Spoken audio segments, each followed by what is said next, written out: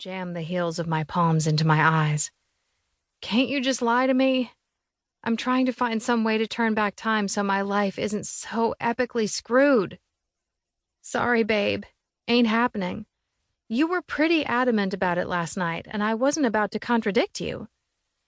Banner pushes off the couch, and I hope she's going to get a tranquilizer to put me out of my misery. No such luck. She crosses to the granite kitchen island and grabs my tablet. Her fingernails are tapping away on the screen when she asks, "What was the password again?"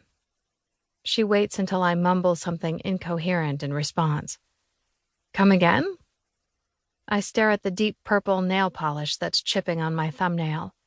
Why can't my life be fixed as easily as my manicure?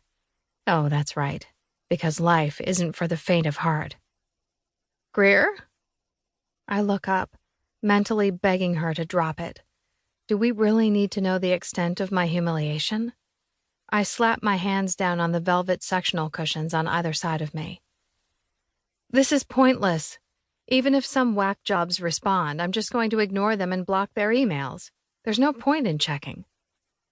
Banner glares at me. Password. Given that I've known her since prep school, I know she won't stop until I cave. I only suck big cocks 69. It comes out on a single breath in a new dialect of the language mumble. When a crooked smile lit with pure amusement spreads across Banner's face, I grab a toss pillow off the sectional and fling it at her head.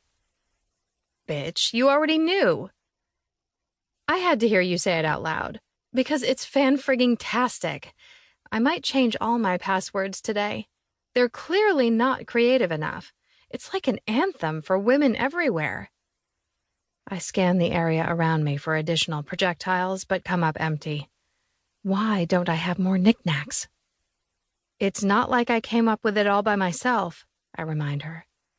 She was just as drunk last night while we laughed over the ad, the personal ad I placed in my real name in the crazy hopes that one particular guy would see it. A guy who clearly wasn't interested in me before and isn't now either. He's known where to find me for years. It wasn't until a year ago that I finally figured out where he was. How messed up is it to go to a movie with your friends and see the guy you had a mad crush on displayed center screen during the previews?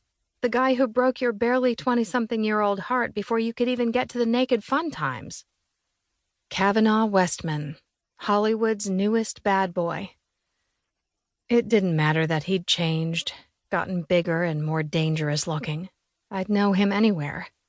Shaggy brown hair, curling just over his collar, hazel eyes that you could never predict the color of, anywhere from green to grayish blue or tawny brown. It didn't shock me that Hollywood agents had apparently fallen in love with him. His body was ridiculous. Thick, sculpted muscles covered with inked bronzed skin. Holy shit. No way. Banner's low words dragged me from my little trip down memory lane, and I jerked my head in her direction. What? She holds up the iPad, and I shove to my feet, leaving the safety of my cozy couch to join her. You've got over 5,000 new emails, and somehow almost 500,000 new followers on Twitter thanks to last night. Color you popular, lady. My stomach bottoms out before twisting into a sickly, complicated knot as I take the tablet from her. Oh, my God. My phone vibrates across the kitchen island before I can even begin to read.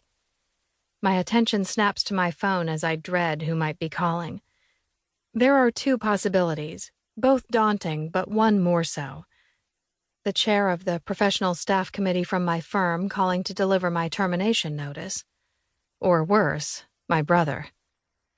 I shove the iPad back into Banner's hands and snatch up the phone to check the display.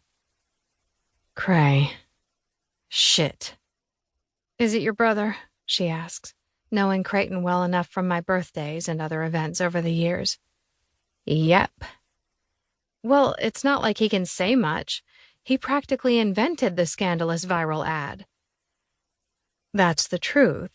But it doesn't mean my brother would want to exchange stories of how we found our respective ways into the gossip.